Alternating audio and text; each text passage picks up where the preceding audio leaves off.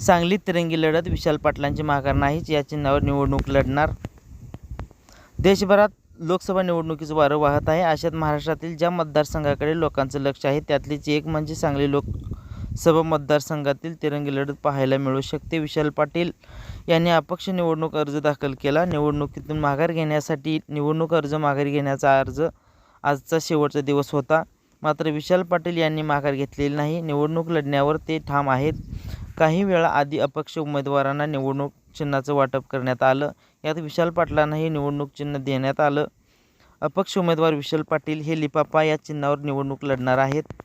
विशाल पाटलांना कोणतं चिन्ह मिळालं? सांगली जिल्हाधिकारी कार्यालयात अपक्ष उमेदवारांना चिन्हाचं वाटप झालं. विशाल पाटील यांना कोणते चिन्ह मिळणार याकडे सर्वांचं लक्ष होतं.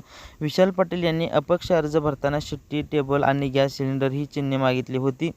विशाल पाटील यांनी मागितलेल्यापैकी चिन्ह विशाल पाटलांना मिळालं नाही. विशाल पाटील यांना लिपापा चिन्ह मिळालं आहे, तर स्वाभिमानी शेतकरी संघटनेचे उमेदवार महेश खराडे यांना शेट्टी चिन्ह मिळालं आहे. कार्यालयासमोर आतिषबाजी.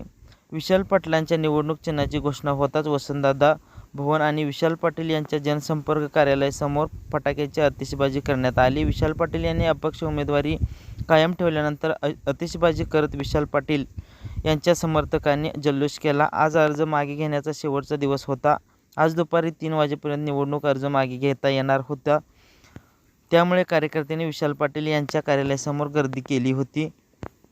महाविकास आघाडी नाराजीचा सूर.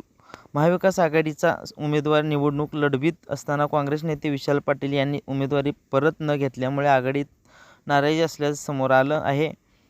नाराजी दूर करण्यासाठी काँग्रेसचे नेते येत्या 25 एप्रिल रोजी आघाडीचा उमेदवार चंद्रहार पाटील यांच्या जाहीर सभेत उपस्थित राहणार आहेत. प्रदेशाध्यक्ष नाना पटोले, बाळासाहेब थोरात आदीसह अनेक नेते उपस्थित राहणार आहेत. विशाल पाटील यांच्या विरोधात शिस्तपालन समिती लवकरच कारवाई करणार आहे.